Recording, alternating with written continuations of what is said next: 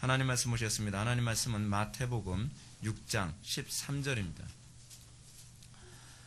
하나님 말씀은 마태복음 6장 13절 말씀, 신약성경 8페이지입니다. 신약성경 8페이지 마태복음 6장 13절 말씀 찾으셨으면 제가 봉독하겠습니다. 우리를 시험에 들게 하지 마옵시고 다만 악에서 구하시옵소서. 나라와 권세와 영광이 아버지께 영원히 있사옵나이다. 아멘.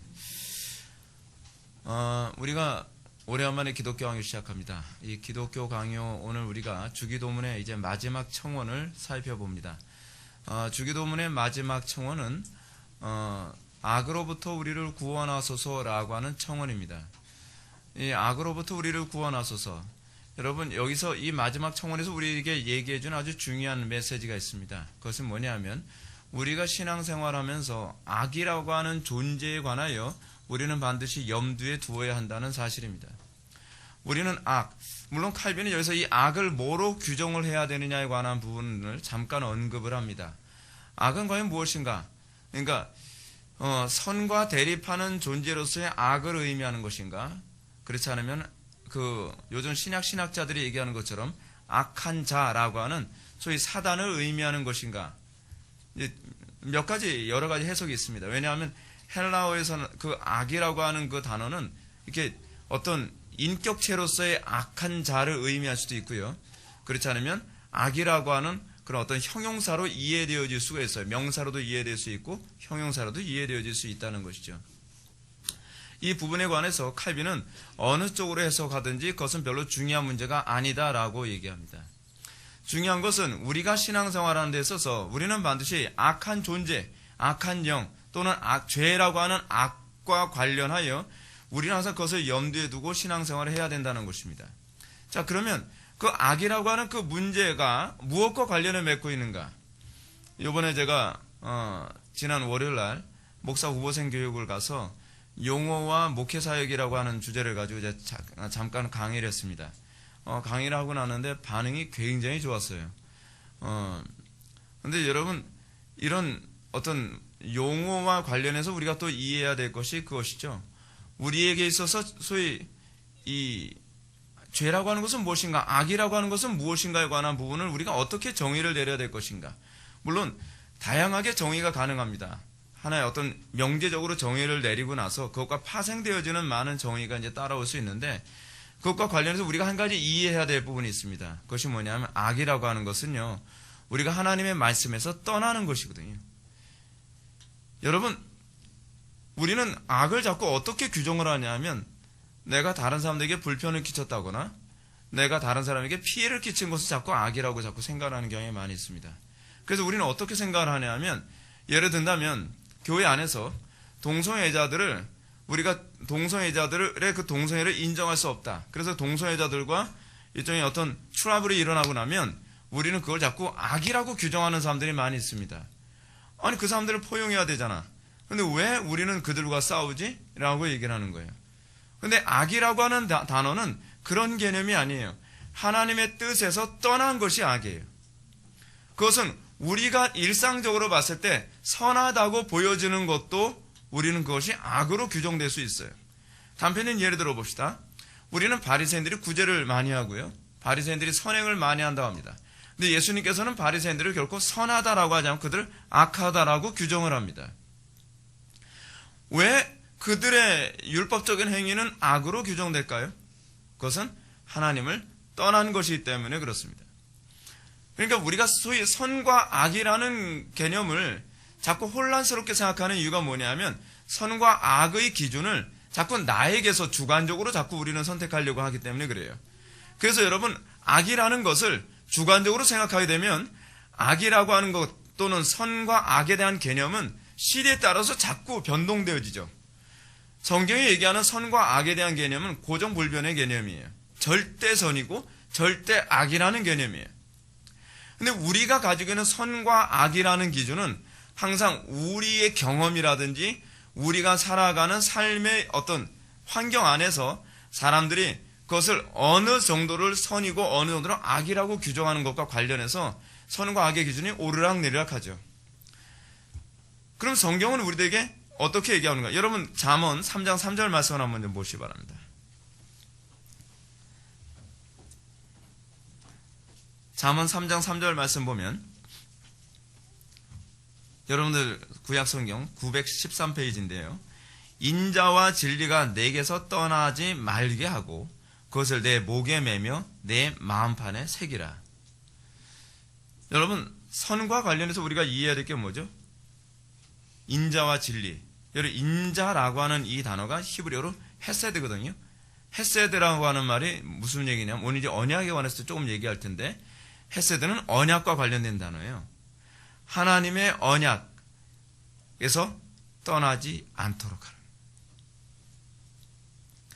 여러분 우리가 자꾸 선과 악이라고 하는 개념을 우리 주관적인 관점에서 우리 생각하다 보니까 우리는 이렇게 생각하게 됩니다. 이스라엘 백성들이 출애굽을 하고 나서 가나안 땅에 들어가서 가나안 족속들과 전쟁을 하고 거의 진멸 전쟁을 하죠. 진멸 전쟁을 그 신학적인 용어로 헤렘 전쟁이라고 얘기해요. 헤렘이 히브리어로 진멸한다라는 그런 의미가 있어서 헤렘 전쟁, 진멸 전쟁 그렇게 얘기합니다. 그러면서 사람들은 이렇게 얘기합니다. 하나님은 악한 신이다. 어떤 자유주의 신학자들은 그런 얘기까지 합니다. 이거 굉장한 신성모독이죠. 근데 왜 악이라고 생각하냐? 자기를 선이라고 규정할 때 하나님을 악이라고 규정할 수 있는 거예요. 인간의 존재가 얼마나 교만하고 얼마나 악하냐면 절대적인 선이신 하나님을 기준으로 삼지 않고 내가 기준으로 삼으면서 하나님의 행위를 판단해요. 그것이 바로 선악과거든요. 선악과가 뭐예요? 옳고 그름 선과 악을 규정하는 기준이 내가 되기 시작하는 거예요. 그래서 하나님께서 아담과 하와를 향해서 뭐라 얘기합니까? 저들이 우리와 같이 선악을 아는데 하나가 되었다라고 얘기하죠. 그 얘기는 무슨 얘기냐면 선과 악, 소위 크리노, 심판하는 기준이 하나님이신데 심판하는 기준을 이제는 자기로 삼았다는 거예요. 저 인간들이. 그러니까 인간이 얼마나 교만해져 악해졌냐면 하나님의 자리에 동등하게 앉아있으려고 하고 있는 것이 바로 인간이라는 거죠. 선과 악의 기준은 하나님이 정하십니다. 근데 이 선이라고 하는 개념은 하나님의 뜻에서 떠나지 않는 것인데 그렇기 때문에 잠언 3장 3절에서 얘기하는 것이 뭐냐면 인자와 진리가 내게서 떠나지 말게 하고 그것을 내 목에 매며 내 마음판에 새기라. 같은 말을 사실 반복하고 있는 거죠. 목에 매며 마음에 새기라. 우리는 하나님의 뜻이 내 마음판에 새겨져서 우리는 하나님의 뜻에서 벗어나지 않도록 해야 돼요. 여러분들이 계속적으로 이 공적 예배에서 설교를 듣는 이유가 뭐죠? 여러분들이 오늘 좋은 강의 하나 들었다. 그 듣고 감사하고 잊어버리기 위해서가 아니에요.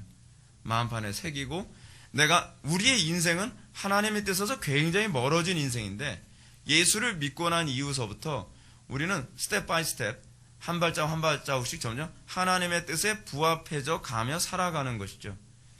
성화가 사실 그런 개념이거든요. 성화는 우리가 점점 하나님의 뜻에 대해서 이해하고 하나님의 뜻에 부합하며 살아가는 거죠. 이번에 목사후보생 교육 때 영생이라는 단어에 대한 그 정의를 해줬더니 거의 한 전도사님이 이런 얘기 하더라고요. 목사님 말씀을 듣고 나니까 성화라고 하는 단어를 설명해 줄 때 다른 여러 용어들과 뭔가 이렇게 충돌이 안 일어나고 이게 아구가 맞는 걸 느껴진다는 거예요. 구원이라는 단어를 하나 얘기하고 났더니 성화에 관해서 성도들이 질문할 때 이게 자꾸 뭔가 어긋나는 것 같아가지고 설명하기가 굉장히 불편했는데 알고 보니까 제가 영생이라는 단어에 대한 정의부터가 잘못됐다는 걸 알았습니다. 그렇죠?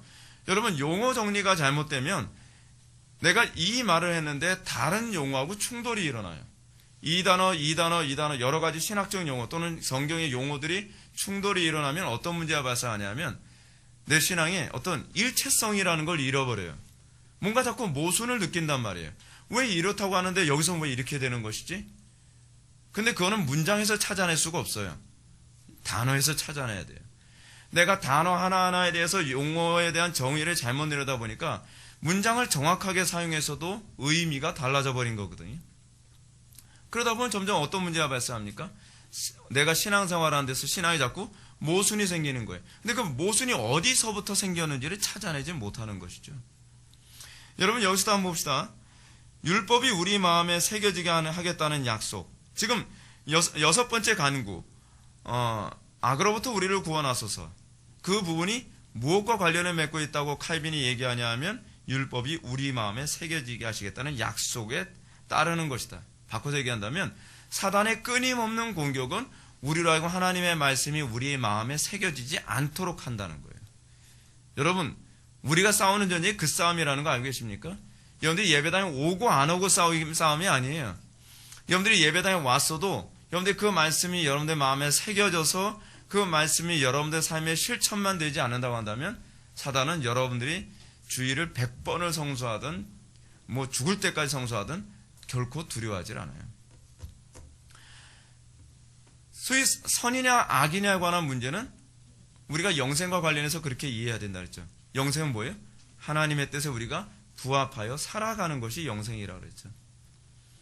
근데 하나님의 뜻과 부합하여 살지 않는다고 한다면 여러분들이 뭐 설교를 아무리 많이 들은들 사단이 뭘 두려워하겠습니까? 사단이 팔짱 끼고 그러겠죠. 쟤는 아무리 들어도 소용없어. 어차피 쟤는 들어도 하나님의 뜻대로 살아가지는 않을 텐데 뭐. 하나님의 뜻에 관심 없는데 뭐. 그렇잖아요. 그래서 지금 영적 전쟁과 관련된 얘기를 뭐 칼빈은 무슨 귀신을 쫓아내고 무슨 뭐 악령을 뭐 제거하는 그런 관점으로 이해하는 것이 아니라 하나님의 말씀과 나의 삶의 부합됨과 관련하여 지금 언급하고 있다는 사실입니다. 그래서 그러나 우리가 하나님께 순종할 때에 계속해서 싸움과 어렵고 힘겨운 씨름이 있기 때문에 무슨 얘기죠? 신앙생활은요, 이제 하나님의 뜻을 알고 그 뜻에 부합한 삶을 시작할 때서부터 여러분 비로소 영적 전쟁이 시작되는 거예요. 여러분들이 하나님의 말씀에 부합한 삶을 살지 않는다고 한다면 여러분들하고 영적 전쟁하고는 아무 관계가 없어요. 영적 전쟁은 하나님의 뜻에 부합한 삶을 살기 시작하면서 비로소 뭐가 와요? 그럴 때 비로소 고난이라는 게 오는 거고, 그럴 때 비로소 핍박이라는 게 오는 거고, 소위 진리라고 하는 이 문제와 이제 대척점이 딱 생기기 시작하는 거죠. 여러분들 하나님 말씀을 순종하기 전에는요, 여러분들 별로 그렇게 인생을 살아가면서 저항감이라는 걸 별로 모릅니다. 기껏해 여러분들이 받는 고난이라고 하는 것은 베드로전서에서 얘기하는 것처럼 우리가 악하고 우리가 죄를 짓기 때문에 생기는 고난일 뿐이지 선을 행함으로 고난을 받는 그런 유형의 고난이 아닌 거죠. 베드로전서에서 우리에게 얘기하는 게 무엇입니까? 선을 행하여 애매히 고난받는 것이 복이 있다라고 얘기하고 있잖아요.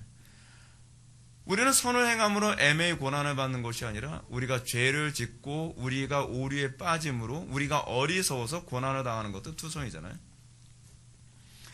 그러면서 칼빈은 뭐라 했냐면 이 간구를 통해서 주님은 우리 속마음을 부드럽게 하여 하나님께 순종하게 한다. 지금 이 간구에 관해서 칼빈이 뭐라고 얘기했어요?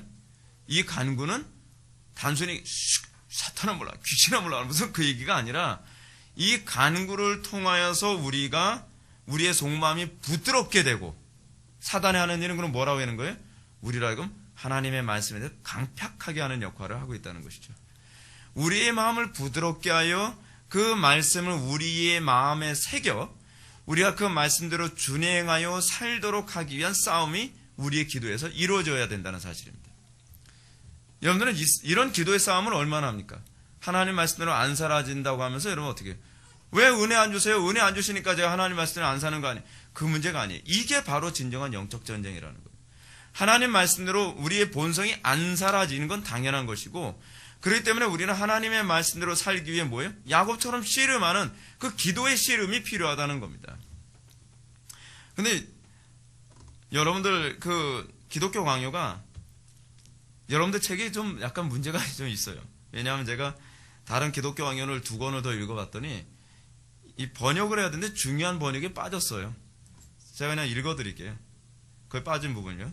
성령의 은혜는 우리의 굳은 마음을 완화시켜 하나님께 순종하도록 우리를 굽히시며 인도하시기 위하여 그리고 성령의 도우심은 사단의 모든 전략과 난폭한 공격에 대해서 우리가 절대 굴복하지 않게 만드시기 위해서 필요하다. 성령의 은혜가 무엇인가? 성령의 은혜를 뭐라고요? 성령의 은혜는 우리의 굳은 마음을 완화시키기 위해 그 은혜가 필요하다. 성령의 은혜라고 하는 얘기. 여러분 항상 바울 신학에서 은혜라고 하는 단어는 뭐와 관련된 단어라 했죠? 구원과 관련된 단어라 했죠. 그렇죠? 사도 바울이 그 은혜로 인하여 내가 구원을 받아. 그렇죠? 그리고 또 로마서 1장에서 로마서 1장이었나요? 내가 은혜로 내가 사도의 직분을 받았다. 그랬을 때 그 은혜로라고 하는 말은 사실은 구원이라는 단어를 대체해서 사용된 공통어예요. 그래서 내가 구원받아 사도가 되었다라는 표현을 사도 바울은 그런 식으로 사용합니다. 신약에서 주로 많이 사용하는 표현이죠. 지금 칼빈도 그런 의미로 좀 사용하고 있어요. 성령의 은혜는 여러분들이 예수를 믿고 나서 여러분들이 거듭나고 난 다음에 여러분들에게 나타나는 게 뭐예요? 굳은 마음을 완화시켜 주죠. 굳은 마음을 완화시켜 주는 이유가 뭐예요? 설교 잘 듣게 하기 위해서요? 아니죠. 순종하기 위해서요. 순종하도록 만들기 위해서.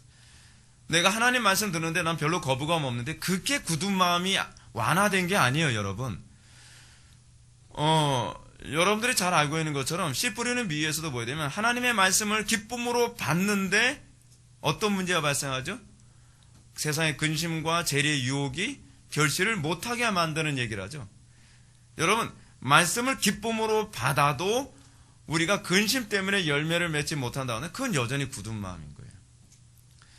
우리의 마음을 부드럽게 하는 궁극적 목적이 뭐냐면 에스겔서 31장에서 얘기하는 것처럼 굳은 마음을 제하고 그 속에 부드러운 마음을 심겨서 이식시키는 거죠. 우리로 하여금 하나님의 뜻에 순종하여 열매 맺는 친백성 만드는데 목적이 있다는 사실입니다.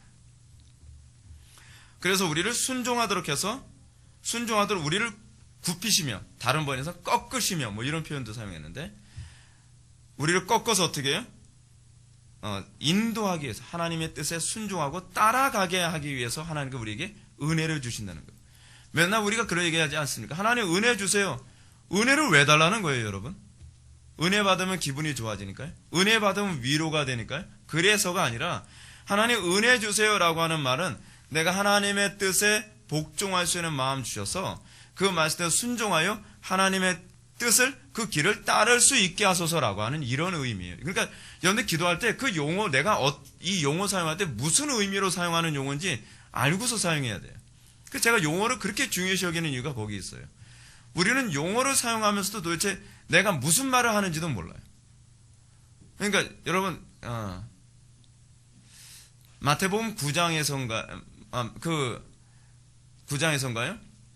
이런 얘기가 나오잖아요. 베드로가 변화산상에서 예수님하고 모세하고 엘리야가 있는데 베드로가 이런 얘기하잖아요. 주여 여기에 집을 초막을 셋을 짓되 하나는 엘리야를 위하여 하나는 모세를 위하여 하나는 예수님을 위하여 하사이다 라고 얘기하면서 그 다음에 뒤에 코멘트를 뭐라고 하냐면 이는 저희가 무슨 말을 하는지 자기도 알지 못함이니라. 네. 여러분 우리가 그런 식으로 말할 때가 많은 거 여러분 알고 계십니까? 우리가 하나님께 기도를 하면서 내가 이 기도를 한다는 것이 얼마나 무서운 기도를 하는지도 모르는 경우가 많이 있고요. 내가 이렇게 기도를 하는 것이 하나님께 얼마나 무례한 것인지도 모르는 경우도 많이 있고요. 내가 이렇게 기도하는 것이 뭘 의미하는지도 모르는 경우가 많이 있어요. 그러니까 여러분 우리는 나이가 들면 어떤 오해를 하냐면 나는 언어를 굉장히 잘 사용하고 있다고 이제 착각을 하는 경향이 있어요. 나는 한국말을 굉장히 잘 알고 있다고 생각하는 경향이 상당히 많이 있어요. 근데 그렇지가 않아요. 우리가 단어 하나하나를 정확하게 이해하고 그것과 관련해서 꼼꼼히 이 부분을 분별해서 사용하는 것은 굉장히 중요한 문제입니다.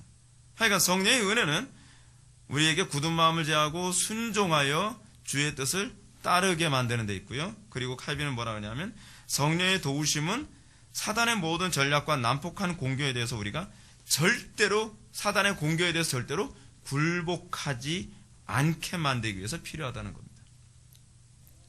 우리가 성령의 도움 없이 신앙생활을 시작할 수도 없고 신앙생활을 진행할 수 없으며 신앙생활의 목표점에 도달할 수가 없습니다. 우리는 일평생 항상 성령 안에 있기를 열망해야만 합니다. 칼빈은 우리가 영적 전쟁에서 항상 승리하기 위하여 사단의 모든 공격, 우리를 시험에 들게 하지 마옵시고 다만 이 악에서라고 하는 이 헬라어, 포넬로스라고 하는 헬라어를 사용하는데 포넬로스라고 하는 헬라어 앞에다가 호라고 하는 정관사를 붙여서 이게 명사가 돼버렸어요. 형용사가 아니라 명사인데 이 명사가 어떤 명사냐? 그냥 고유 명사냐? 그렇잖아요. 어떤 악한 자를 의미하는 오스가 붙으면 남성 명사가 되거든요. 그런데 포넬로스 하게 되니까 그 악한 자로부터 우리를 구원하소서라고도 번역이 가능하고 또는 그 악으로부터 우리를 구원하소서라고 하는 이런 의미도 가능하다 보니까 해석이 그렇게 돼요. 근데 그것이 어떻게 해석하든 별로 중요한 문제는 아니라는 거예요. 중요한 건 뭐예요? 우리로 하여금 끊임없이 끝까지 이 악에 굴복하지 않고 인내할 수 있도록 우리가 하나님께 은혜를 구해야 된다라고 이렇게 얘기하고 있는 것입니다. 그러면서 사단의 유혹은요, 한편으로는 사단은 두 가지로 공격을 해온다고 얘기합니다. 한쪽은 유혹이라는 방식으로, 그리고 한쪽으로는 물리적인 억압이라는 방식으로 우리들에게 공격을 온다는 거예요. 그래서 우리에게는 사단의 공격이 유혹이라는 방식에서는 유혹에 넘어가지 않도록 우리가 해야 되죠. 유혹이라고 했을 때 우리는 이 유혹을 단순히 어떤 성적인 유혹만이 아니라 어떤 지적인 유혹도 있고, 하여간 어쨌든 우리는 다양한 유형의 탐욕과 관련하여 우리를 유혹할 수 있다는 것을 기억해야 돼요. 우리는 재물의 유혹에 약한 사람이 있죠. 어떤 사람은 명예의 유혹에 약한 사람이 있어요. 이건 사람들마다 기질에 따라서 다 다르죠. 어떤 사람은 어떤 성적인 것에 대한 유혹이 쉽게 넘어지는 사람이 있고요. 근데 각 사람마다 받는 유혹의 영역이 다르기 때문에 우리는 하나님께 끊임없이 이 유혹에 넘어지지 않도록 항상 기도하고 항상 무장할 수 있어야만 합니다. 그리고 우리는 또한 물리적인 억압과 폭력 앞에서도 굴복하지 않도록 하나님께서 은혜를 구할 수 있어야만 합니다. 그러면서 여러분 500페이지 첫 번째 줄을 보게 되면 이 간구를 통해서 우리는 우리의 무절제한 정욕의 부추김을 받거나 마귀의 괴계로 말미암아 우리를 향하여 공격해오는 그 두 가지 종류의 시험에 빠지지 않게 해주시기를 아버지 하나님께 간구하는 것이다. 그리고 그 패러그래프 밑에서 네 번째 줄, 그리고 이 부분을 밑주십시오. 이 일이 어느 쪽으로 일어나든 간에 우리에게 선한 결과가 낳게 되기를 간구하는 것이다. 즉 잘되고 성공한다 해도 우쭐해지거나 교만해지지 않도록, 그리고 극심한 환란이 온다 해도 낙심하여 넘어지지 않도록 간구해야 된다는 것이죠. 그러니까 여러분, 우리는요, 우리가 왜 이 주기도문 항상 해야 되는가? 이 주기도문에 나오는 내용에 우리가 왜 충실한 기도를 해야만 하는가? 그것은 우리가 안 될 때만이 아니라 잘 될 때도예요. 우리가 잘 될 때는 교만해지고 우쭐해질까봐 우리는 이 기도를 해야만 합니다. 왜냐하면 사단은 우리가 교만해지고 우쭐해지는 그 틈을 타서 우리를 유혹하고 우리를 공격해오거든요. 공격해온다는 말은 여러분 간단하게 해서 이겁니다. 하나님하고 멀어지게 만든다는 거예요. 하나님하고요. 이 땅에서 싸움은 무엇인가? 그냥 간단하게 이렇게 얘기합시다. 이 땅에서 영적 전쟁이란 무엇이냐? 하나님과 멀어지게 만드는 사단의 공격과 죄의 본성과의 싸움이에요. 우리는 이 땅에서 끊임없이 무슨 싸움을 하냐면 하나님과 우리와의 사랑의 관계가 멀어지지 않고 더 견고해지기 위한 싸움의 연속이에요. 그러니까 제가 이렇게 말씀드린다면 여러분들은 신앙생활에서 정의가 어떤 면에서 잘 될 텐데, 그것이 뭐냐면 신앙생활에는 얼마나 교회를 잘 다녔느냐에 관한 문제가 아니에요. 신앙생활에는 여러분들이 얼마나 봉사를 많이 하고 여러분들이 얼마나 많은 일을 했느냐에 관한 문제가 아니에요. 우리는 자꾸 이렇게 해야죠. 내가 예수 믿고 나서 얼마나 많은 사람 전도했는 줄 알아? 내가 얼마나 교회를 크게 막 성장시켰는지 알아? 내가 얼마나 교회에서 큰 일을 많이 했는지 알아?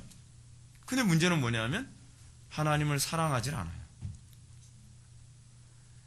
여러분, 하나님께서 우리를 부르시면서 심판대 앞에서 우리에게 뭐라고 질문하실까요? 너 나 사랑하니? 그 질문이거든요. 항상. 베드로에게 예수님께서 했던 세 번의 질문이 무엇입니까? 베드로야, 너나 사랑하니? 너나 사랑하니? 너나 사랑하니?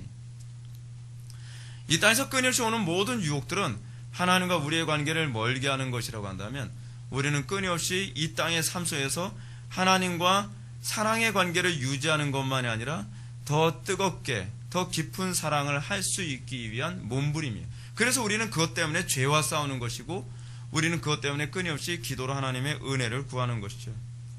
그래서 제가 여러분한테 말씀드리고 싶은 것이 뭐냐면 여러분들에게 일어나는 모든 여건 중에서 우리는 우리에게 선한 결과가 낳게 되기 위해 간구해야 됩니다. 우리는 그것과 관련해서 우리는 범사에 감사할 수 있어야 돼요. 제가 요즘에 받는 은혜가 그거라고 제가 말씀드렸잖아요. 내 마음대로 되지 않는 가운데서도 우리는 감사할 수 있어야 된다는 겁니다. 감사라고 하는 것은 하나님의 속성에 대한 신뢰가 있을 때라야만 가능합니다. 신앙생활하면서 제가 점점점 저에게서 제가 깨닫게 되는 것이 무엇이냐면,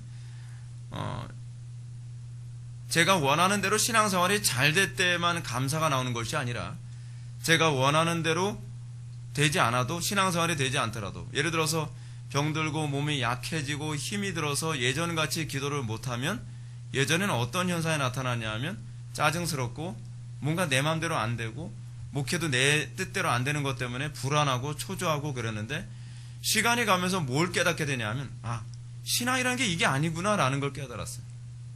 신앙이라는 건 그 가운데서도 그 은혜가 내게 족하다는 걸 인정하느냐에 관한 문제이고, 그 가운데서도 내가 감사할 수 있느냐에 관한 문제이고, 그 가운데서도 내가 더 주님을 사랑하기 위한 몸부림. 그러니까 여러분 생각해 보세요. 하나님께서는 제가 20대의 그 건강한 몸을 가지고 신앙생활하던 만큼의 그 어떤 활동을 원하실까요? 그거는 상식적이지 않아요. 하나님은 우리에게 그걸 원하지 않으세요. 하나님께서는요, 마치 우린 자꾸 어떤 착각을 하냐 하면, 과거에 제가 천석지기 그 부자였다고 칩시다. 그 천석지기 부자였기 때문에 제가 막 하나님께만 사랑의 열정이 막 끌어올라서, 제가 막 한 달에 한 번씩 막 50가마씩 또는 500가마씩 하나님께 막 헌금을 드렸다고 쳐요. 그런데 제가 쫄딱 망했어요. 그래서 제가 바칠 수 있는 건 기껏 해봐야 예전에는 500가마였다면 지금은 한 50가마 또는 5가마 정도밖에는 제가 바칠 수밖에 없는 상태가 됐다고 쳐요. 근데 여러분, 하나님께서는 그 상태에서도 우리에게 500가마를 같이 바치길 원하실까요? 빚을 내가면서? 내가 과거에 천석지기 때는 내가 막 500가마씩 막 헌금하고 그랬는데, 이제는 내가 신앙이 식었나 봐. 그렇게 못해. 그게 아니거든요. 중요한 건 하나님께서는 우리의 마음의 중심을 원하는 거죠.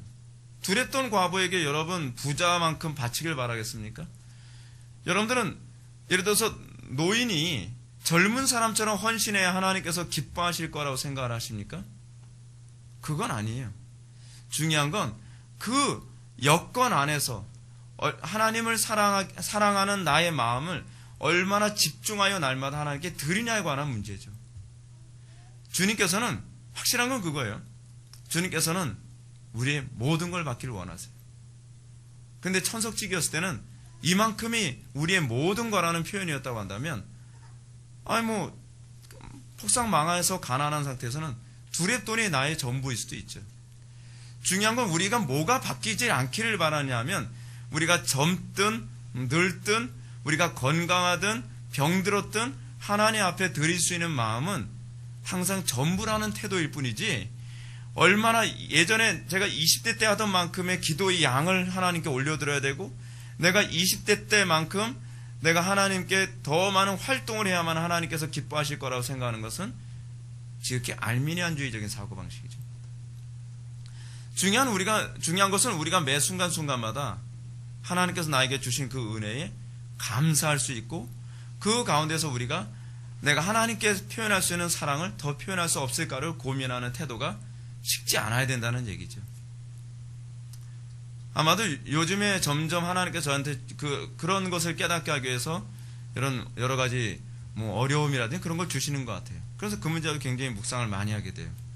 예전같이 20대 때같이 기도하지 못하니 하나님께서 나를 기뻐하지 않으실까?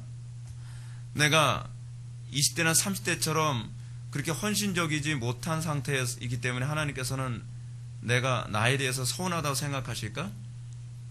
근데 묵상하면 묵상할수록 하나님께서 나에게 원하는 건 너의 현실에서 너의 전부를 원해 라는 거예요. 우리가 그런 부분 안에서 그런 부분을 깨닫게 될 때 우리는 어떤 현상이 나타나냐면 항상 감사할 수 있다는 것이 무엇인지 알게 되어져요. 여러분, 병들어서 누워있는 상태에 있는 사람들은 하나님을 기쁘시게 해드릴 수 없을까요? 아니죠. 그 가운데서 우리가 하나님을 기쁘시게 해드릴 수 있는 가장 중요한 것 중 하나는 뭐냐면 감사하는 거예요.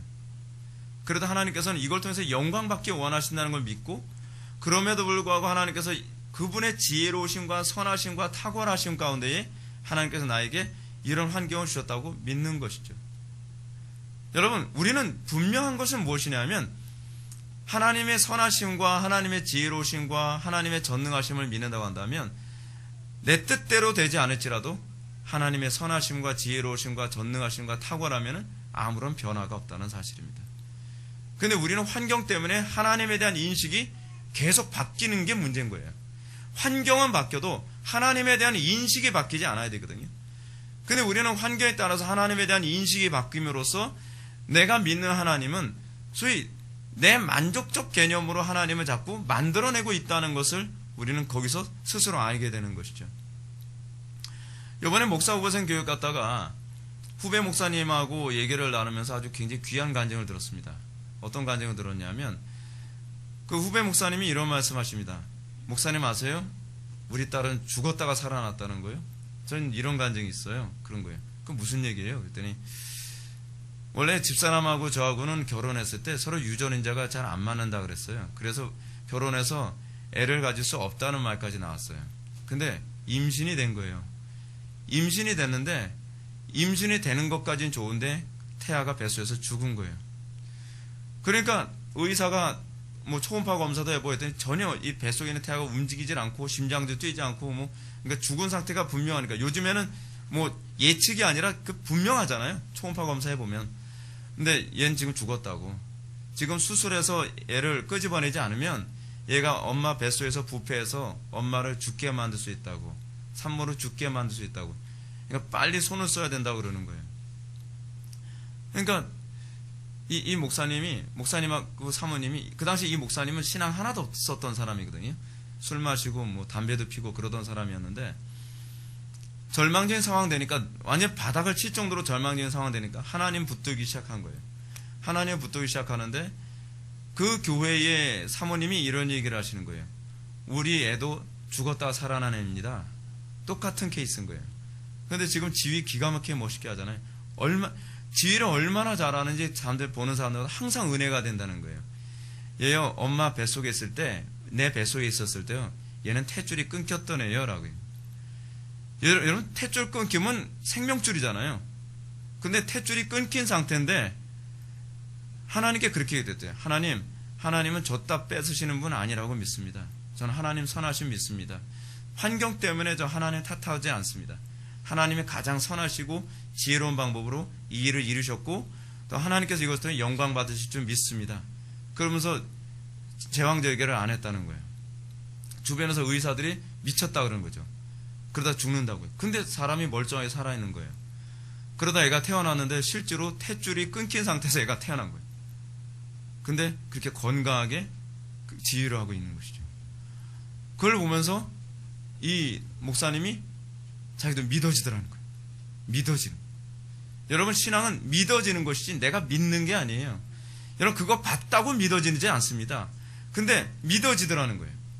그러니까 의사들이 다들 이 상태 되면 산모까지 죽으니까 수술하라고 그러는데 그래 아주 담대하게 그런 얘기했대요. 우리 하나님은요 줬다가 뺏으시는 그런 하나님 아닙니다.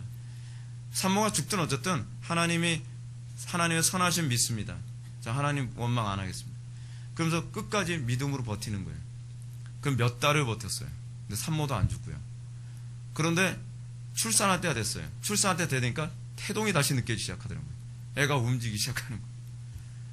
그러니까 제가 기억하기로는 저 부천에는 순천향병원이라고 들었는데 모든 의사들이 다 온 거예요. 그거 보려고. 내가 의사 생활 수십 년 했는데 이런 상황 처음 봤다는 거예요. 그래서 이거 사진 찍어서 나중에 연구 발표 같은 거 해도 되겠습니까? 라면 뭐 그런 양해까지 구하면서 의사들이 와서 믿어지지 않는다고 다 보고 있더라는 거예요. 그래서 걔가 태어났어요. 태어났는데 지금 중학교 3학년인데요. 어떤 상태냐면 그 학교에서 전교 1등이래요. 전교 1등인데 학원도 안 다녀요. 그냥 아침에 일어나면 먼저 하는 일이 뭐냐면 성경을 필사하는 것부터 시작하고 그리고 하나님 찬양하고 기도하고 하루를 시작한대요.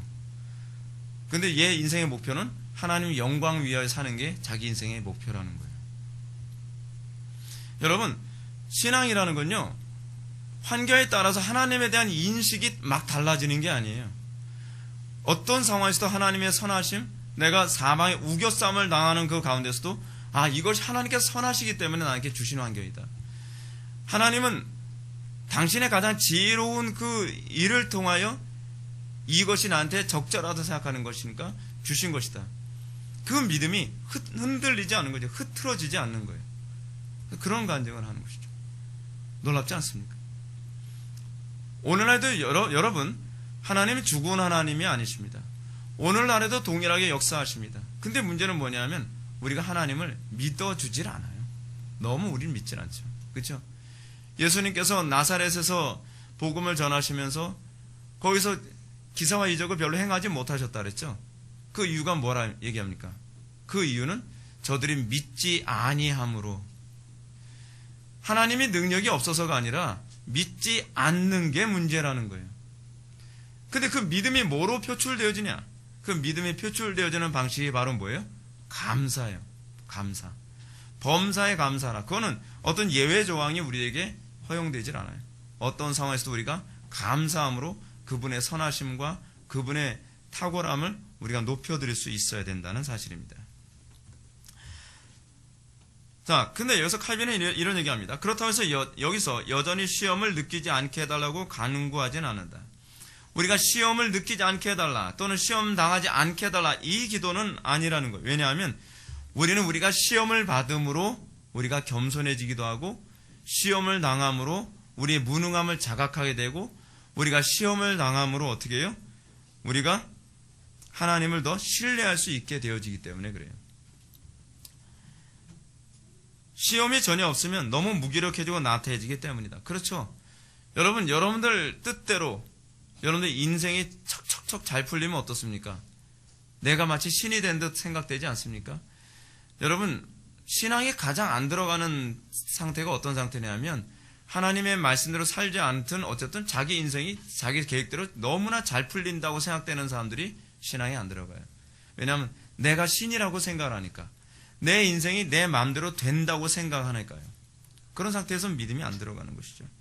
그래서 다윗도 시편에서 뭐라 얘기합니까? 시편 26편 2절에서 여호와여 나를 살피시고 시험하사 내 뜻과 내 양심을 단련하소서. 우리는 끊임없이 이 단련 가운데 있는 것이죠. 우리는 끊임없이 하나님 앞에서 단련되어져야만 합니다. 왜냐하면 우리는 완전한 신앙의 존재가 아니기 때문에 그런 것이죠. 그 다음 패러그래프 보면 그러나 하나님의 시험과 사탄의 시험은 서로 다르다. 하나님의 시험하고 사탄의 시험이 어떻게 다를까요? 하나님의 시험, 여기서 하나님의 시험이라고 하는 단어는 테스트고요. 사탄의 시험이라고 하는 것은 temptation 또는 tempt라고 하는 단어를 사용하죠. 유혹이죠. 하나님께서는 우리를 더욱더 거룩하고 겸손하고 그리고 하나님과 더욱더 가까워지게 하기 위해서 우리를 훈련하는, 트레이닝을 하지만 또는 세상을 이기도록 우리를 트레이닝하지만 사단은 우리를 무너뜨리고 우리를 멸망하게 하기 위해서 그리고 하나님과 멀어지게 하기 위해서 우리에게 시험을, 유혹을 한다는 것입니다. 그런데 여기서 우리가 또 한 가지 혼돈스러울 수 있는 부분이 하나 있는데 그것이 뭐냐면 하나님께서는 때로는 욥기에서 나타나는 것처럼 사단을 통하여 유혹을 허락하실 때도 있다는 거예요. 이 부분이 우리를 굉장히 힘들게 만드는 부분입니다. 여러분, 하나님은 선하시는데 왜 우리에게 유혹을 허락하시죠? 그것도 사단을 통하여. 여러분, 욥기에 보게 되면은 욥이 당한 고난은 하나님께서 사단에게 허용하셔서 넘어진 케이스거든요. 그죠?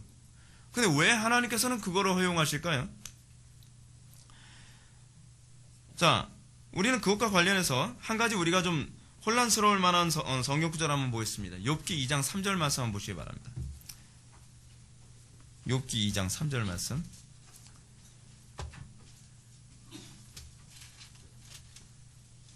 여러분들 이 구절은 여러분들 읽으면서 굉장히 좀 난해했을 겁니다. 주석에도 이 부분에 관해서 뭐 특별한 코멘트가 별로 없어요. 욥기 2장 3절 말씀. 여호와께서 사단에게 이르시되 내가 내 종 욥을 주의하여 보았느냐. 그와 같이 온전하고 정직하여 하나님을 경외하며 악에서 떠난 자가 세상에 없느니라. 내가, 이 부분이에요. 내가 나를 충동하여 까닭 없이 그를 치게 하였어도. 여러분, 이 부분을 보게 되면 좀 혼란스럽지 않습니까? 하나님은 마치 사단에게 미혹되거나 사단의 꾀임에 넘어가서 그 아차하듯이 무슨 실수로 허용을 해가지고 욥을 시험하게 한 것처럼 그렇게 보여질 수 있는 구절이거든요. 그렇죠? 실제로 이 본문만 봐서는 하나님은 사단에게 영향을 받은 것으로 우리는 보여집니다.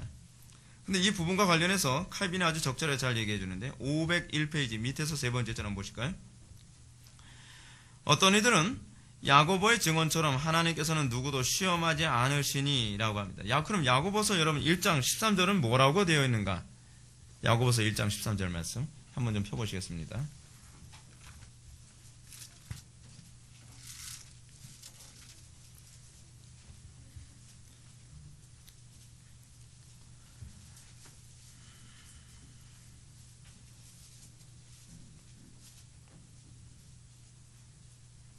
야고보서 1장 13절 말씀 다 같이 읽겠습니다. 시작. 사람이 시험을 받을 때 내가 하나님께 시험을 받는다 하지 말지니 하나님은 악에게 시험을 받지도 아니하시고 친히 아무도 시험하지 아니하시느니라. 아멘. 여러분 이 부분은 욥기서하고 좀 충돌을 일으키는 것 같지 않습니까? 그렇죠? 지금 욥은요 유혹을 당했습니다. 그렇죠? 여기서 이 단어가 이 시험이 템프테이션이다 무슨 아니다. 이건 별로 중요한 의미가 없어요. 왜냐하면 욥기서에 보게 되면 욥이 하나님의 허락을 받은 사단을 통해서 받은 그 시험은 템프테이션이지 그거는 테스트는 아니었거든요. 근데 여기서 이 부분이 충돌을 일으키죠. 근데 충돌을 일으킬 때 우리는 어떻게 해석해야 되느냐? 우리는 이 성경 구절을 가지고 그 부분을 해석을 해야 돼요. 그죠? 하나님은 악에게 시험받지 않으시죠. 그 구절을 보게 되면은 마치 하나님은 사단에게 시험을 받아서 사단에게 유혹을 받아가지고 저는 그래 내가 한 번 더 시험을 해봐야 되겠는데 못 믿을 놈인지도 모르겠어. 그렇게 당한 게 아니에요. 그래서 우리는 이 부분과 관련해서 어떻게 이해해야 되냐면 하나님은 악한 모든 행위까지도 합력하여 선을 이루셔서 결과적으로는 그것이 유익이 되게 하시는 분이시라는 것을 우리는 알아야 된다는 거죠. 사단은 마치 예수님을 꺾는 데 성공하는 것처럼 보이지만 사단의 악한 행위까지도 하나님께서 합력하여 선을 이루셔서 어떻게 하시죠? 우리의 구속사역을 완성하시죠. 그것이 하나님의 지혜죠.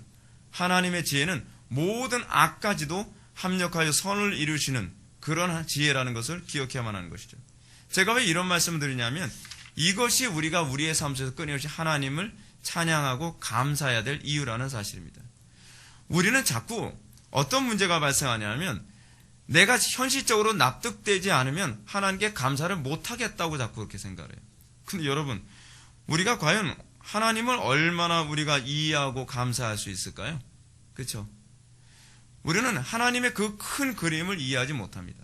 신앙이란 무엇이냐면 그 그림이 이해되지 않아도 그래도 하나님의 속성을 믿고 감사하는 거예요. 근데 분명한 사실은 뭐냐면 나에게 처한 현재 상황이 아무리 사방에서 우겨싸움을 당하는 것 같고 최악의 상황이라 한다 할지라도요. 하나님께 감사하며 그 뜻에 우리가 끝까지 준행하며 인내하며 갈 때에 결과적으로는 그것이 우리에게 다 유익으로 돌아온다는 사실입니다. 과정에서는 안 보여요. 과정에서는. 왜냐하면 우리는 피조물이기 때문에 그래요. 하나님께서는 전체 그림에서 이것이 정확하게 가고 있다는 것처럼 보이지만 우리는 이 과정이 잘못되고 있는 것처럼 보일 때가 많이 있다는 것이죠. 마치 이건 뭐하고 같냐면 어떤 환자가 의사한테 가서 치료를 받는데 치료받는 과정에서 이쪽에 마치 부작용처럼 나타나는 현상이 나타나기도 하잖아요. 두드러기가 나타난다든지 어떤 현상이 나타나든지 그럴 때 이제 의사는 경험이 많으면 이런 얘기하죠. 그거 좋은 상황이에요. 그 과정이 있어야 몸이 치료되는 겁니다. 이해가 안 되죠. 이해가 안 되죠. 근데 하다못해 우리가 의사와 환자의 관계에서도 그런데 하나님과 우리와의 관계에서는 더욱더 그렇지 않겠습니까? 우리가 그것을 믿는다고 한다면 여러분 의사가 그러겠죠. 그래도 그 약 계속 드셔야 됩니다. 그래도 이 치료 계속 받으셔야만 합니다. 우리는 똑같이 우리에게 있어서 내가 하나님 말씀대로 사는데도 더 어려움이 생기고 내 삶에 부작용이 일어나는 것 같고 가정도 더 어려움이 생기는 것 같고 그래도 어떻게 해요? 하나님의 말씀대로 끝까지 순종할 때에 거기서 뭐예요? 그것이 우리에게 유익이 되고 그것이 우리에게 복이 된다는 사실입니다. 그래서 여러분들 우리가 이제 봐야 될 것이 502페이지 한번 좀 넘어가시기 바랍니다. 502페이지 첫 번째 패러그래프 한번 보시게 되면 하나님께서는 그의 선하신 뜻을 따라 정의롭고 은밀하신 그의 판단에 의하여 우리를 사탄에게 넘기시기도 하시며 이게 바로 욥기에 나오는 거거든요. 그렇죠? 그의 판단에 의해서 우리를 하나님의 판단에 여러분 오류가 있습니까? 없습니까? 실수가 있어요? 없어요? 없죠? 하나님께서는 욥기에서 사단에게 그 욥을 맡기는 그 허락을 하시는 그 유혹을 허락하심에도 불구하고 이걸 넘기시기도 합니다. 왜요? 하나님은 정확하게 판단하시니까요. 그러면서 우리를 불신앙의 마음과 헛된 정욕에 때로는 던져넣기도 하시며 이거 뭐죠? 죄를 제가 여러분한테 말씀드렸죠. 죄를 억제케 하시는 은총을 조금 허용해 주시게 하시는 거. 그렇죠? 죄를 억제케 하시는 은총을 허용하셔서 어떻게 해요? 우리가 소위 다윗처럼 불신앙의 마음과 헛된 정욕 속에 떨어지기도 하시죠. 여러분, 그것조차도 하나님의 선하신 행위라는 거 여러분 믿습니까? 내가 하나님의 말씀을 살지 못해서 넘어지기도 하는 거. 우리는 그것조차도 하나님께서 우리를 다루시고 하나님의 선하신 지혜 가운데 우리를 더 겸손하게 하기 위한 하나님의 방식이라고 우리가 믿어야 되는 것이죠. 그 안에서도 감사해야 되는 거예요. 우리를 시험으로 인도하시기도 하시는 것이다. 여러분, 이런 가운데서도 우리가 하나님의 선하심을 찬양할 수 있는 것이 이것이 믿음입니다. 하나님은요, 우리가 생각하는 것처럼 성령 충만하거나 내가 하나님 말씀대로 살면 내 인생이 막 형통하고 잘 나가는 그렇진 않아요. 여러분, 예를 들어서 요셉이 하나님 말씀대로 잘 살았다고 했을 때 그게 자기 마음대로 인생이 사라집니까? 자기가 억울하게 하나님 말씀대로 산다고 했는데 보디발의 집에 노예로 팔렸어요. 근데 여러분 거기서 요셉이 하나님께 불평했다는 말이 없어요. 거기서 아주 충성되게 살아가죠. 성실하게 살아가죠. 여러분, 요셉이 만약에 물론 역사에서 가정이라는 것은 통하지 않지만 만약에 요셉이라는 사람이 하나님의 행위에 대해서 내가 하나님을 그렇게 믿었는데 하나님 해대도 너무 하시는구만. 어떻게 사람의 인생을 여기까지 만들어? 하나님이 살아계신다면 이럴 수 없어. 그래서 여러분 만약에 하나님에 대한 불만이 이렇게 생긴다고 한다면 그에게 어떤 현상이 나타나는지 아십니까? 삶 속에서 하나님께 반항하는 태도로 나와요. 그게 뭐냐면 요셉은요 거기서 틀림없이 게으르거나 또는 인생을 비관한 태도로 살았겠죠. 이거는 틀림없어요. 하나님과의 관계가 깨지면 항상 그런 태도가 나올 수밖에 없어요. 보디발의 집에서 일을 하는데 요셉은 그런 태도를 견지하지 않아요. 얼마나 그가 성실하고 충성되게 일을 했는지 창세기를 보면 보디발이 요셉의 모든 재물을 그 아내 외에는 다 요셉에게 맡겼더라라고 얘기하고 있어요. 그는 하나님을 원망하지 않았다는 거예요. 그 안에서도 감사하며 하나님을 찬양했다는 것이죠. 그것을 아주 두드러지게 잘 보여주는 사건이 뭐냐면 보디발의 아내가 유혹을 할 때에 내가 이 큰 악을 어찌 하나님 앞에서 행하리요? 라고 하는 데서 잘 나타납니다. 그는 그 가운데서도 물론 시편에서 보면 그가 낙심하지 않았다는 건 아니에요. 시편은 뭐라 하냐면 그가 착고에 묶여 있더라 라고 하는 그 말씀이 나오는데 거기서 요셉의 그 정확한 단어가 잘 기억이 안 나는데 요셉의 영혼인가? 하여간 착고에 묶여 있더라 라고 했을 때 그 단어가 루아흐 그런 단어로 사용했던 것 같아요. 그의 영혼이 착고에 매여 있었더라. 굉장한 침체를 경험했다는 것을 시편은 설명해주고 있어요. 그의 상태에 대해서. 그가 여러분 믿음이 좋다고 해서 침체에 안 떨어지는 게 아니에요. 믿음이 좋다고 해서 낙심 안 하는 게 아니에요. 근데 그 가운데서 낙심해도 불평을 하느냐 감사하느냐는 별개 문제라는 거죠. 요셉은 그 가운데서도 하나님을 원망하거나 불평하지 않고 그래도 묵묵히 그래 하나님의 무슨 선한 뜻이 있어서 그러시겠지. 하나님께서 또 이것을 통해 나에게 뜻하시는 바가 있겠지. 그래서 그 안에서 또 열심히 일하는 가운데 보디발에게 인정을 받았어요. 자 여러분 그러면 여러분, 하나님 말씀으로 이렇게 살았으면 이제는 더 형통하게 해줘야 되겠죠. 우리 인간적인 생각을 했을 때. 근데 요셉은 거기서 더 밑으로 나라고 떨어지는 거예요. 하나님께서는 내가 노예가 된 것에서, 억울하게 노예가 된 것에서 풀어줄 거라고 생각을 했겠죠. 이거는 얼마든지 예측 가능해요. 근데 요셉은 그 가운데 어떻게 됐죠? 더 심각한 나락에 떨어져요. 억울하게 누명을 써요. 난 잘못한 거 하나도 없는데, 난 정말 정직하게 살았고, 내가 하나님 앞에서 범죄 안 하겠다고 내가 보디발의 아내하고 잠자리를 같이 안 하는데 어떻게 하나님은 이러실 수 있어? 이제는 다시는 풀려나올 수 없는 왕의 감옥에 떨어져 버렸어요.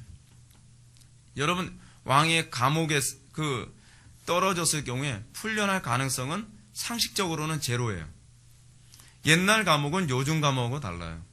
한번 감옥에 갇혔다 그러면 감옥에 갇히는 기간 가운데에 몇 년형 그런 개념이 없거든요.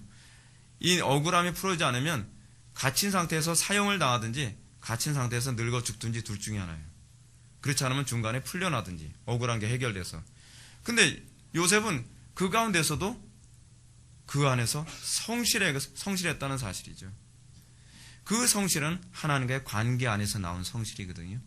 감사했다는 겁니다. 신앙이 그거예요. 그래서 그 요셉이 그 감옥 안에서도 인정을 받아서 감옥 안에는 모든 일을 다 혼자서 처리할 수 있게 되지 않습니까? 그러는 가운데 그 과정이 있었기 때문에 욥이 나중에 총리가 됐을 때도 뭘 할 수 있었어요? 총리 직무를 수행할 수 있었던 거예요. 그냥 제가 요번에도 창세기를 읽는데 어떻게 이렇게 순발력 있게 나올까 하는 그런 놀라움이 있더라고요. 이 꿈을 딱 해석해주고 나서 이렇게 얘기하는 거예요. 코멘트를 하는 거죠. 그 파라오에게.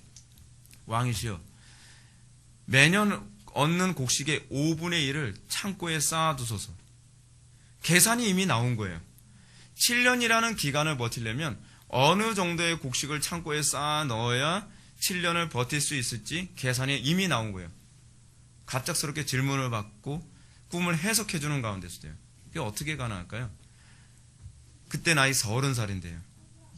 경험이 이미 쌓인 거예요. 요셉이 노예로 팔릴 때가 14살이었다고 그러거든요. 그러니까 대략 한 16년, 15년 그 기간 동안 노예 생활하고 감옥 생활하면서 그가 성실함을 통해서 얻은 이 노하우와 경험을 가지고 왕에게 조언을 했고, 왕은 그 지혜로움에 감탄하며, 여러분 아무리 지혜롭다고 하더라도 여러분 생각해 보십시오. 그의 탁월함이 얼마나 뛰어났으면 보도 듣도 못한 이 인간을, 그것도 같은 히브리인, 애굽인도 아니고 히브리인이잖아요. 그 사람을 당장에 여러분 총리로 세운다는 게 여러분 납득이 갑니까? 그 얘기는 무슨 얘기냐면, 성경은 그 부분만 얘기했지만 요셉이 거기서 왕에게 조언한 내용이 굉장히 치밀했다는 걸 알 수가 있어요. 여러분, 왕이요, 자기 느끼는 대로 처음 보는 사람을 함부로 총리에 안 세웁니다. 왕은요, 그렇게 헐렁헐렁한 상태에서 왕이 안 돼요.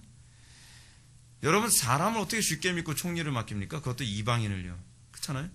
근데 요셉이 얼마나 치밀하게 그런 부분에서 잘 알고 있었으면, 그래, 이놈 세우면은 우리나라 미래가 뭔가 달라지겠다라고 생각하는 거죠. 여러분, 인생을 비관하며 불평하며 사는 사람에게는 그런 열매 기대할 수 없습니다. 하나님께 범사에 감사하고, 그리고 그 안에서 우리가 믿음으로 살아가는 거예요. 그래서 여러분, 믿음의 반응은, 내가 믿는다라고, 내가 하나님을 믿습니다라고 하는 반응은 뭐로 나타나냐? 감사와 인내로 나타납니다. 감사가 없고 인내가 없다면 사실은 내가 믿지 않고 있다는 것을 스스로 내포하는 거예요. 감사가 없다는 말의 반대는 뭐죠? 불평이죠. 그렇죠? 우리의 믿음은 항상 감사와 인내로 나타나죠. 그래서 불신앙은 불평과 불법으로 나타납니다. 불신앙은요, 내가 하나님 말씀대로 살았는데 이게 뭐야? 그럼 어떻게 해요? 나 이제 법대로 안 살아. 나 이제 하나님의 뜻대로 안 살아. 뭐죠? 불법으로 가는 거예요. 감사가 나오면 하나님의 뜻대로 끝까지 인내하는 쪽으로 가고요. 그리고 하나님을 믿지 않으면 불평가 올라서 하나님의 법을 이제는 마구잡이로 어기는 것으로 나가는 것이죠. 여기서 우리가 보여주는 것처럼 하나님의 뜻이 감춰졌음에도 불구하고 믿어지는 게 은혜입니다. 여러분, 하나님의 뜻을 알아서 순종하는 건 누구나 다 할 수 있겠죠. 제가 좀 아까 말씀드렸던 그 사람처럼 말이에요. 그 우리 노예 그 후배 목사님처럼 그래 이 상태에서 이러고 있으면 나온대. 하나님께서 내가 지난밤에 계시로 받았어. 여러분 그게 신앙이 아니에요. 신앙이란 무엇이냐면 신앙이란 아주 묘해요. 신앙이라는 것은 하나님이 어떤 결과를 주실 거라는 것을 알지 못해도 그 어떤 결과를 주실지라도 하나님의 선하심을 믿는 게 신앙이에요. 그러니까 여러분 믿음이라는 것에 대해서 제가 이렇게 좀 정의를 내리겠습니다. 믿음이란 뭐냐면 믿어진다는 것은요. 하나님의 언약이 나에게 주어졌다는 뜻이에요. 그러니까 여러분 단편히 예를 들어서 제가 설교를 했을 때 제 설교가 이 자리에 있는 사람이 다 믿어지진 않겠죠. 어떤 사람은 설교를 듣는데 그 말씀이 믿어지는 거예요. 이게 하나님께서 나에게 하시는 말씀으로 믿어지는 거예요. 근데 믿어지면 어떻게 되죠? 자동적으로 순종하고 인내하게 되어 있죠. 그 열매가 맺어지죠. 그게 뭐예요? 그게 내가 그 언약에 참여했다는 거예요. 그래서 믿어진다는 것은 항상 뭐로 나타나냐 하면 확신으로 와요. 확신으로. 제가 아까 얘기했던 우리 노예 목사님. 참 믿어지더라는 거예요. 절대로 산모 안 죽을 것 같더라는 거예요. 아니, 죽더라도 나는 하나님의 선하심이 믿어진다는 거예요. 그래서 인내하는 거예요. 그 확신은 그런 식으로 오는 거예요. 확신은 목사가 여러분들에게 구원 확신이 있으라고 자꾸 뭔가 어떻게 설득을 해서 생기는 확신이 아니에요. 확신이란 하나님의 언약이 내 마음판에 새겨지고 이것이 그 언약이 내 것이라고 저 언약은 나에게 주어진 것이라고 이게 와 닿을 때 그때 확신이라는 게 와요. 그걸 우리는 뭐라 하겠냐면 조직신학에서 신비적 연합이라고 그래요. 그리스도와의 연합은 그래서 언약으로 연합되어지는 거예요. 그리스도의 언약은. 그래서 여러분 데살로니가 후서 1장 5절과 6절 한번 보시겠습니다. 데살로니가 전서요. 데살로니가 전서 1장 5절과 6절.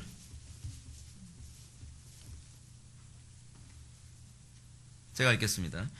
이는 우리의 복음이 너희에게 말로만 이른 것이 아니요. 뭐죠? 복음이 데이터로만 이해되어진 게 아니에요. 지식으로만 딱 나에게 주어진 것이 아니라 뭐예요? 능력과 성령의 큰 확신으로 된 것입니다. 성령과 큰 확신이란 얘기는 무슨 얘기냐면 말씀이 그 언약이 나에게 주어진 것으로 믿어진다는 거예요. 죄사함에 대해서 설교를 하는데 어떤 사람은 내 죄가 사해졌다는 게 믿어져요. 그래서 믿음은 수동태예요. 신적 수동이라고 그러죠. 믿어지는 거예요. 아, 내가 저렇게 살게 되겠다라고 믿어지는 거예요. 제가 신앙생활 하면서 느꼈던 것이 뭐냐면 단편히 예를 든다면 제가 이제 설교를 제가 전도사 시절 때 설교하는 문제에 관해서 제가 고민하면서 제가 로이 존스 목사님의 설교집을 딱 읽는데 나도 이렇게 설교하고 싶다. 나도 이런 설교자가 됐으면 좋겠다. 근데 그게 믿어지더라고요. 될 거라고 믿어지는 거예요. 그럼 믿어지면 돼요. 내가 그 언약 안에, 하나님의 언약 안에 들어오는 거죠. 내가 하나님께 지혜를 달라고 구하는데 지혜가 임하지 않았어도 그 지혜가 나한테 주어질 거라고 믿어지는 거예요. 그러니까 포기가 안 되죠. 인내하게 되죠. 그러니까 여러분들이 설교를 들으면서 제가 여러분들한테 끊임없이 요구하는 게 뭐냐면 좋은 정보와 좋은 어떤 설교를 들었다는 것으로 만족하는 것이 아니라 저 설교를 들으면서 저건 내 거야. 그래 믿어져. 그래서 그것이 여러분들에게 열매로 나타나야 돼요. 인내케 되어지겠죠. 그것이 여러분들이 그 언약 안에 합류했다는 얘기입니다. 그럼 여러분 예를 든다면 우리가 죄 용서함을 받았을 때 어떤 식으로 나타날까요? 죄 용서함을 받으면 어떤 현상이 나타나면 진리를 알지니 진리가 너희를 자유케 하리라. 죄로부터 자유케 되어지는 현상이 나타나요. 어떤 식이냐면 이런 식이에요. 예를 들어서 설교를 듣는데 내가 습관적으로 짓던 죄가 있었어요. 나는 이 죄는 도저히 끊을 수가 없을 것 같아. 근데 어느 날 설교를 듣는데 내가 그 죄가 끊어질 거라는 확신이 오는 거예요. 그래서 기뻐요. 그 말씀을 듣는데 부담으로 들리지가 않아요. 그 말씀을 듣는 게 굉장히 힘들게 들려지지 않고 그게 내 속에서 이루어질 거라는 확신이 와요. 기쁨으로 와요. 그것이 왜 그러냐면 자유로워졌기 때문에 기쁨으로 오는 거예요. 그리고 나면 신기하게 그 죄가 제어된 나의 삶을 보게 돼요. 믿음은 이론의 문제가 아니에요. 이론으로 설득이 안 돼요. 믿음은 여러분들이 믿어지는 거예요. 그냥. 그러면서 여러분들이 말씀대로 사라져요. 그래서 이전과 다른 삶의 모습이 나타나는 거예요. 그래서 진리가 너희를 자유롭게 하리라 라고 한 얘기가 바로 그거예요. 말씀을 듣는 가운데. 그래서 제가 예배를 굉장히 중요시 여기는 이유가 거기 있잖아요. 말씀을 통해 우리는 그리스도와 연합하거든요. 그 말씀을 듣는 가운데 우리가 믿어지는 가운데 나도 저렇게 살 수 있을 것 같아. 그래, 나도 저 말씀대로 될 것 같아. 이 확신이 나에게 기쁨으로 오고 확신으로 오면서 삶 속에서 열매가 나타나게 되는 것이죠. 이거는 감정적으로 되질 않아요. 감정의 문제는요, 어느 정도 가다가 그냥 끊어지고 말아요. 예를 들어서 그 목사님이 사실 권찬 목사님이라는 분이신데, 그 목사님이 자기 와이프의 그 아내에게 그런 현상이 나타났을 때 그게 하나님께서 주신 믿음이 아니라고 한다면 끝까지 믿을 수 있었을까요? 여러분, 의사가요, 집요하게 계속 설득하는 거예요. 의학적으로, 그리고 합리적으로, 현실적으로. 그리고 이 케이스밖에 없다는 거죠. 모든 사람들이 이 케이스 안에서는 산모가 다 죽었다라고 얘기하는 거예요. 여러분, 거기서 여러분들, 아니요, 저는 그래도 끝까지 수술 안 할래요 라고 얘기할 수 있겠어요? 그건 믿음이 아니면 안 돼요. 그래서 믿음은 우리를 인내케 하죠. 참된 믿음은 우리라고 열매를 맺을 때까지 하나님께 계속 부르짖고 매달리고 기도하게 되죠. 그 매달리고 기도하는 이유가 뭐냐면 믿음 때문이에요. 그 확신 때문이에요. 마음에는 확신이 있는데 현실적으로는 달라지질 않는 거거든요. 그러니까 자꾸 매달리는 거예요. 근데 기도를 안 한다고 하는 것은 사실은요, 확신이 없기 때문에 안 하는 케이스가 대부분입니다. 그래서 여러분, 주기도문의 마지막 부분은 뭘까요? 우리 자신들과 우리의 모든 소유를 특별히 하나님께 부탁드린 이 세 가지 간구들은 앞에서 말한 사실을 분명하게 보여준다. 곧 그리스도인의 기도는 공격적인 성격을 띄어야 하며 교회를 공적으로 세우고, 이 부분은 좀 번역이 좀 별로 안 좋은데, 교회의 덕을 세우고요. 교회의 덕을 세우고. 그러니까 여러분, 지금 주기도문의 마지막 부분을 이게 결론인데, 그리스도인의 기도, 여러분들이 정상적인 그리스도인이라면 여러분들의 기도는 항상 어때야 되는가? 첫 번째는 공적인 성격을 떼야 되는 거예요. 공적인 성격. 무슨 얘기죠? 공동체의 유익을 위한 기도여야지, 공동체의 어떤 해가 되든 유익이 되든 관계없이 내 유익만을 위해서 기도하는 건 응답 안 된다는 거예요. 너희들이 구하여도 얻지 못하면 정욕대로 쓰려고 잘못 구함이라. 그 표현 안에는 무엇이 내포되냐면 공동체의 유익이 아니라 내 개인적인 유익만을 위해서 구하는 건 응답 안 됨, 그 얘기예요. 항상 우리는 공동체와 한 몸을 이루고 있기 때문에 우리의 기도는 항상 공동체의 유익과 연결되어지도록 구했을 때 그 기도가 응답된다는 걸 얘기하는 거죠. 그리고 교회를 공적으로 세우고, 다시 얘기하면 교회의 덕을 세우기 위해 기도했을 때 여러분들 기도가 응답이 보장된다는 것을 기억해야 돼요. 교회의 덕을 세우는 것과 관련 없이 기도했을 때 여러분들 기도는 응답을 기대하지 마십시오. 제가 왜 여러분들 기도하는데도 응답이 없는데 세월만 때우냐고 제가 자꾸 질문하는데, 그 이유는 뭐냐면 여러분들 기도가 뭔가 잘못됐기 때문에 기도해도 변화가 없는 거예요. 근데 우리는 내가 어떤 응답이나 변화도 없음에도 불구하고 계속 그 기도를 1년, 2년, 5년, 10년을 유지하는 거 보면 저는 납득이 안 가요. 그게 무슨 얘기냐면 자기 점검 안 하고 있다는 거거든요. 내 기도를 점검 안 하고 있는 거예요. 그냥 고집스럽게 그냥 계속 습관적으로 하던 기도를 계속하는 거예요. 여러분, 인생 허비하지 마세요. 인생 얼마나 짧은지 아십니까? 왜 목사가 그런 부분을 얘기해 주면 이렇게 귀담아 듣질 않습니까? 여러분, 저는 여러분들에게 최고로 좋은 어떤 신앙생활에 관해서 얘기해 주는데 이거를 마음에 잘 안 새기는 것 같아요. 그래서 세월만 보내요. 경건의 능력도 나타나지 않는 기도를 오래 한다고 하나님께 들으실 거 생각하지 마십시오. 그건 이방인들의 기도예요. 이는 기도를 많이 하여야 들으실 줄 아느니라. 몇 시간 기도했으니까 들었겠지. 하나님 그런다고 들으시는 분이 아니에요. 성경적으로 부합한 기도만 들으신다는 걸 기억하십시오. 또 하나, 신자들의 교제를 증진시키는 목적을 바라보는 것이어야 한다. 우리들의 기도는 신자들의 성도의 교통하심을 강화시키는 데 초점이 맞춰져야 된다는 거예요. 각 사람이 자기 자신에게 사사로이 무엇이 주어지기를 기도하는 것이 아니라, 우리가 똑같이가 아니라 다 같이예요. 이거 번역 여기도 좀 별로 좋지 않아요? 우리가 다 같이 첫 번째로 우리의 양식을 구하고, 그러니까 내 개인의 양식이 아니라 우리 전체의 양식을 구하고, 그리고 죄 사함을 구하며 시험에 빠지지 않도록 하기를 구하고 악에서 자유 얻기를 구하는 것이다. 더 나아가서 우리가 우리에게 담대하게 구하며 또한 구한 바를 얻을 것을 어떻게 확신할 수 있는가? 우리의 기도의 확신의 근거, 여러분 기도한 것을 어떻게 확신할 수 있죠? 그거에 관해서 이렇게 얘기합니다. 라틴어 역번에는 나타나지 않지만, 라틴 벌게트를 얘기하는 거예요. 라틴어 번역 역번에는 나타나지 않지만 여기서 그 본문을 삭제하지 않는 것이 매우 합당하다. 곧 나라와 권세와 영광이 아버지께 영원히 있사옵나이다. 그것이다. 우리 개혁성경에는 이 부분을 집어넣고 있죠. 괄호해놓고요. 괄호해놓은 이유가 뭐냐면 어떤 번역서에는 없는데, 어떤 사본에는 없는데 어떤 사본에는 있기 때문에 괄호로 해놓은 거예요. 근데 칼빈이 봤을 때, 문맥적으로 봤을 때 이 부분이 원본에 가까울 것이고 성경 이해하는 데 더 유익하다라고 생각돼서 이렇게 얘기하는 겁니다. 그래서 그 다음 패러그래프 보면, 우리가 우리 자신의 가치를 근거로 하나님께 기도드려야 한다면 과연 하나님의 임재 앞에서 감히 어떻게 입을 뗄 수 있겠는가?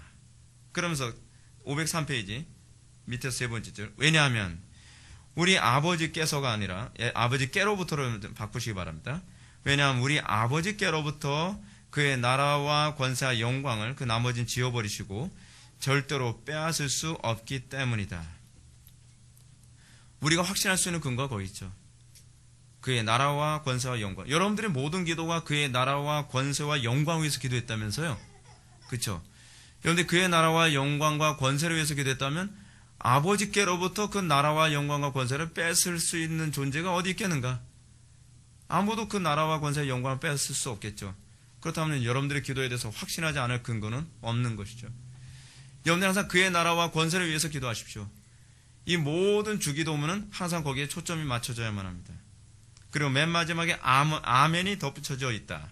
우리가 하나님께 구하는 바를 얻고자 하는 간절한 마음의 소망 번역 지우시고 열망이 더 좋아요. 열망을 이를 통해서 표현하는 것이다. 하나님께서 틀림없이 이걸 들어주시기를 원합니다. 무슨 얘기죠?